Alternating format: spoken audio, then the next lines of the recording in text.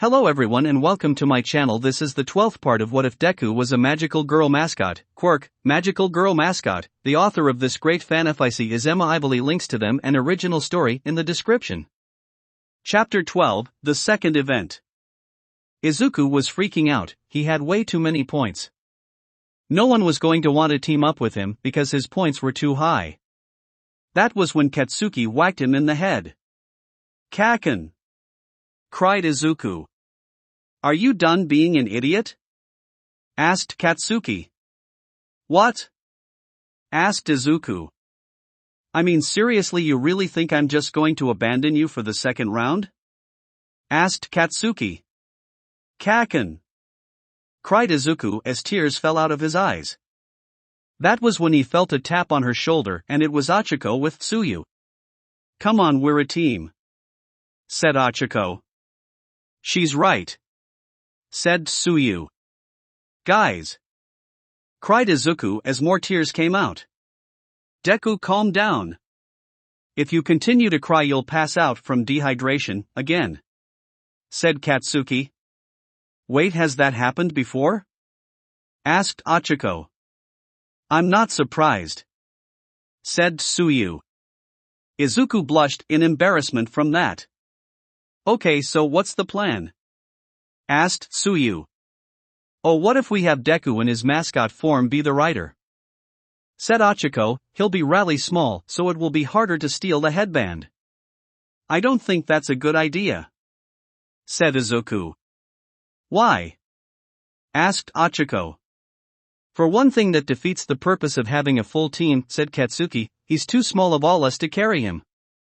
Plus it would leave me at a disadvantage as I wouldn't be able to use any of your quirks," pointed out Izuku. "Oh, that does make sense," said Ochako. "Let me guess, Deku, you have an idea," said Katsuki. Izuku explained his idea, which was that him and Ochako would take the back, while Tsuyu would take the front. And whenever they would need to make a quick escape, they would be able to using a combination, especially a combined super long jump. As he was explaining this, the girl from support showed up. "I've been looking all over you," said the girl. "Kid who got first place, team up with me." "Sorry, but I already have a full team," sighed Izuku. "What?" yelled the girl. "Sorry," said Izuku. "Fine then. I'll make a better team than this one," she said, going to find someone else to team up with. "Also, there's something else we have to talk about," said Katsuki. "What?" asked Izuku. "We can't go on the defensive," he said. "Wait, are thinking of stealing them too?" asked Ochako. "If they want ours, they have to really fight for it," said Katsuki with a smirk. "I think I'll be able to steal them easily," said Tsuyu. "All right then," said Katsuki with a smirk. "You do it too, Deku." Izuku nodded. And with that they got their headband and waited for the event to begin. As the event was starting, everyone seemed to eye them. "All right," called out Midnight, "let's begin." Of course, almost every single team made a beeline for them. "You think we're going to take everything lying down? You got another thing coming," yelled Katsuki. She then unleashed 2 explosions. This made almost every team with members of Class 1A sweat drop. "You know, maybe we should realize that this would be the case," said Ashita with a sweat drop as she told her team consisted of Kirishima as the rider, Tokoyami as the front horse, and the support girl as the other back horse. "Who cares? We have my babies," yelled the girl. "Handsome. Bakugo's kind of crazy," said Ashito. "I don't think she's going to listen," sighed Tokoyami. "Come on. Let's go that headband," yelled the girl named Hatsum. Team Bakugo, as they were known, started to dodge the various attempt to get their headband. However, a couple of them lost their headband thanks to Tsuyu's tongue. "Oh, come on," yelled Hagakure, who got her headband stolen. "Sorry," said Izuku. Don't apologize, scolded Katsuki. That was when suddenly they began to sink into the ground. Must be someone from 1B, said Tsuyu. All right, Deku. Round face. IT's time, said Katsuki. Both of them did a combined light and load, and all of them hung on tight as Katsuki blasted them out. They were airborne for a bit, but then they landed. Okay. Let's go find more headbands to take, yelled Katsuki. That was when the three of them were having a hard time with their shoes. What? Said Ochako. They looked down and saw that they were stuck to the ground thanks to Minetta's hairballs. Great, muttered Katsuki. But where is he? Asked Izuku. They saw Shoji with his tentacles hiding something on his back. Then they saw him peek from the crack in the tentacles and giggle. There he is, muttered Tsuyu. Ditch your shoes. We're going after a grapist, growled Katsuki. Izuku wisely kept quiet. Once they managed to get their shoes off, they all ran towards Team Minetta. You grape-head bastard, yelled Katsuki as the team ran towards them. Sero! Sero! Yelled Minetta. Okay, sighed Sero, who was also in there. Wait. Sero's in there? Asked Izuku. Is that even allowed? Asked Ochako. I'm allowing it, said Midnight. This made many teams' sweat drop. Sero shot tape at them, however with Katsuki's reflexes she caught and blew it up. Oh, said Minetta. They're headed right for us, yelled Sero. Really should run away, said Shoji with a sweat you. You think? Yelled Minetta. Wait. I realized something that might calm them down, yelled Sero. What? Asked Minetta. Well, considering you got your headband stolen, said Sero with a sweat drop. What? Cried Minetta. It was true, sometime earlier someone had taken their headband. Minetta knew there was only one thing that can be done to make sure that they harm him. Wait.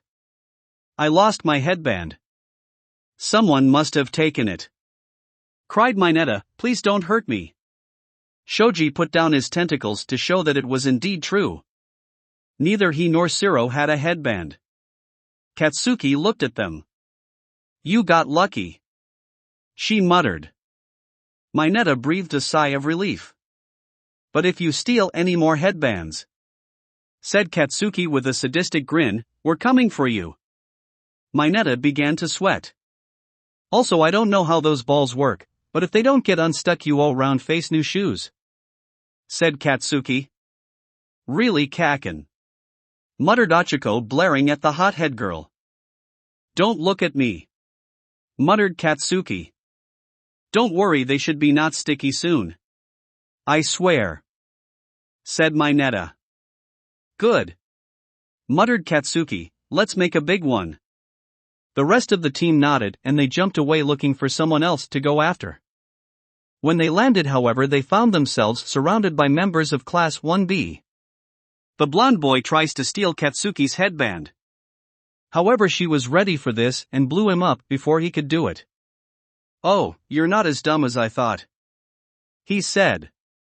His name was Nito Monoma. You know, that speech rather interesting, he said. I was calling out someone else from our class, muttered Katsuki. It was still arrogant of you, said Monoma. What are you going to try to steal my headband, or do you just want attention for your class? Asked Katsuki.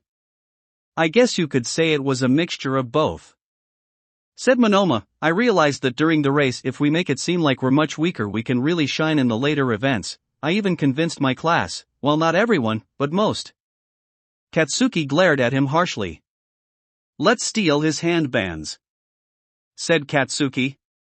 Of course you want to do that, said Tsuyu. They ran towards him, however Monoma smirked and suddenly let loose an explosion at them. Katsuki glared at him as they managed to jump back from him. "So a copy quirk," said Katsuki. "Ding! Ding! Ding!" mocked Monoma.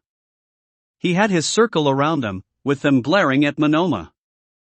"I was actually going to leave you alone," said Monoma. "Honestly, I didn't want to go after the 10 million points. But I had heard rumors about your class having someone who could permanently copy quirks." Izuku started to sweat. "I don't know what will happen if I copy such a quirk, but I'm willingly to find out," said Monoma. "Wait! You don't want to copy my quirk?" yelled Izuku. However, the team maneuvered enough for Monoma to touch Izuku's face. Monoma smirked as he activated Izuku's quirk. However, he was quickly engulfed by yellow smoke, and when it cleared, of course, he was an animal similar to Izuku's animal form, but different. Instead of rabbit ears, he had fox ears, and instead of dog's tail, he had a cat's tail. Also, instead of having a gem that shifted colors, on his forehead was a very dull gray stone.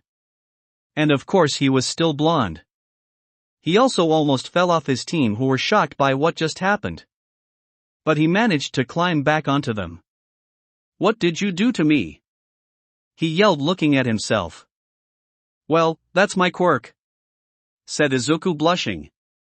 "Wait, you're the stuffed toy I heard about," said Monoma.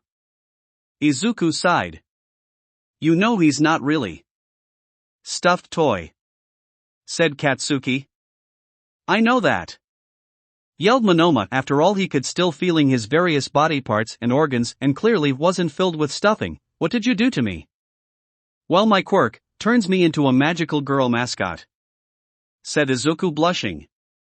"What?" said Monoma. "It's true, my quirk let me bond with people, and it kind of turns them into magical girls," said Izuku.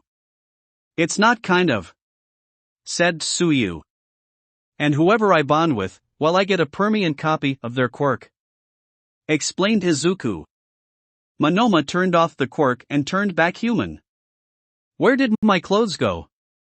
he yelled out, realizing he was naked. During that time, he and animal, thankfully they did return when he turned back. "I don't know," said Izuku. "My quirk is really weird." Monoma just looked at them, very confused. "Wait a second," said Monoma. "Are you telling me you're all magical girls?" "Well, not Deku, he's our mascot," said Ochako, trying not to laugh. "Shouldn't we do something?" said one of Monoma's teammate. However, that was when Tsuyu stole all of Monoma's headbands. "Now!" yelled Katsuki. They once again made a jump. Monoma was just baffled by everything that just happened that he couldn't process it. Meanwhile, Team Bakugo finally landed. "We haven't seen Todoroki's team yet," said Izuku. "I have been looking for you, however," said a voice. They turned and saw Team Todoroki, which did have Todoroki as the rider, but the horses were Ida, Yaoyorozu, and Kaminari. "Really, leg day?" asked Katsuki. "I assumed that you three would team up with Midoriya," said Ida. "Still, with icy hot, I would be okay with anyone else," muttered Katsuki. Ida didn't answer back. Ida didn't want to admit that it was also because he, like Midoriya, was doing much better in the competition for him and he wanted to defeat him. But he didn't want to say that out loud due to the fact that, well, he knew about the harsh past that Izuku had and it might be seen as a betrayal. "Look, icy hot bastard," muttered Katsuki, "I've already told you. Deku isn't the one you should consider a rival. But right now you two are on the same team, so it doesn't really matter," said Todoroki. Katsuki glared at him. That was when Todoroki created a large wall of ice, making sure that none of could get out and those outside could get in, including freezing many to the ground. Outside the ice wall, however, Team Kirishima was unscathed. "Oh, come on," yelled Hatsum. "Hey! Maybe we can get all their headbands," said Ashido. Right. Sounds like a plan," said Kirishima. Tokoyami readied his quirk to steal them. Back on the other side of the wall. I have an idea, said Izuku. He told his team the idea, which was to move towards in the direction of Todoroki's left, exploiting the fact that he refused to use his fire for some reason. As there was only 1 minute left, there wasn't that bad. Wait a second, why are we just standing here? Asked Tsuyu, realizing something. What? Asked Izuku. It's a good plan, but, said Tsuyu. Katsuki face palmed. What? Asked Todoroki. Make the fucking jump, you idiots! Yelled Katsuki. They once again went airborne. However, Todoroki created a wall of ice block their path. Fuck! Yelled Katsuki. She prevent the crash using an explosion. They landed, but all 4 of them were breathing heavily. You really didn't think I would be prepared for that? Asked Todoroki. Katsuki glared at him. Todoroki, said Ida, I have an idea. But afterwards my quirk will be completely useless. The team was quiet. Be sure to grab it, Todoroki, yelled Ida. That was when there was suddenly a burst of speed. Recipro burst, yelled Ida as his speed was so fast none of them knew what just happened. What the fuck? Yelled Katsuki. Oh no, said Izuku, now you've done it. You want to die, fuckers? I will make sure that you die, yelled Katsuki as fire surrounded her. Ida, I think you made a huge mistake, said Kaminari. I believe so, said Ida, starting to sweat. Kaken, please clam down, cried Izuku. Fuck no, yelled Katsuki, all but Ponytail are going to die. Because you still might need her. What? Yelled Yayorozu. Other 3 looked at each other and all grabbed Katsuki. Let me go. They must die, yelled Katsuki. Not until you calm down, Kaken, cried Izuku. We already have enough points. We don't need the 10 million points, said Tsuyu. Fine, I won't kill Leg Day. But Icy Hot and Pikachu need to die, yelled Katsuki. Just clam down, cried Izuku. Please, Kaken, cried Ochako. No. Icy Hot needs to stop holding back. And Pikachu, said Katsuki, who gave him a very harsh glare. You know what you did? What? Said Kaminari, confused. He didn't know what he did. Kaken, you know he doesn't know what he did, said Izuku. Kaminari began to panic. What did I do? Said Kaminari. He had been leering at Inko. But of course he currently didn't know that she was Izuku's mother. Seriously, what did I do? Asked Kaminari. He looked at Todoroki and Yayorozu, who both looked confused. Ida, on the other hand, just adjusted his glasses. Unlike Kaminari, he knew what he did. However, Kaminari noticed the way Ida was acting. What did I do? He cried. However, during this time Present Mike started counting down from 10. This only made Katsuki angrier. Threw his arm held on as tightly as possible. Time's up, yelled Present Mike. Katsuki screamed. All right. In first place we have Team Todoroki, who had the 10 million headband, yelled Present Mike. Todoroki just looked at Team Bakugo, who now tackled Katsuki to the ground now that it was over. In second place we have Team Bakugo, who while they lost the 10 million point headband still gather enough to pass on, said Present Mike. Like hell we did, yelled Katsuki.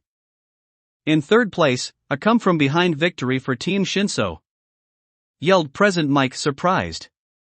Indeed, the lavender-haired boy who was named Hitoshi Shinso had managed to steal third place from Team Tetsu at the last second. And in fourth place it's Team Kirishima. Called Present Mike, who took advantage of the frozen people. Why didn't you give the point total? Said Aizawa. I have my reasons. Said Present Mike. In the faculty box, Inko had cried so much that the box had like an inch of tears. Also she had just passed out. We have to get Recovery Girl. Yelled All Might. The sports drink didn't work. Said one of the other teachers. I think she just cried out all she drank. Said 13. Once Katsuki had calmed down it was announced they would take a break for lunch. No fair, Ida. You had to hide that special move from us. Said Achiko. It wasn't a matter of hiding it. Said Ida, where are Midoriya and Bakugo? Todoroki wanted to talk to Izuku when Katsuki followed them to keep an eye on them. Said Tsuyu. In a hallway, Todoroki and Izuku looked at each other. Izuku was nervous and little does he know he was going to understand why Todoroki declared war on him, and it was going to be something he didn't expect at all. That will be it for this part. I hope everyone enjoyed. If you did, please leave a like and comment if you want part 13. If you want to hear more from me, subscribe. I hope to see you all in the next one.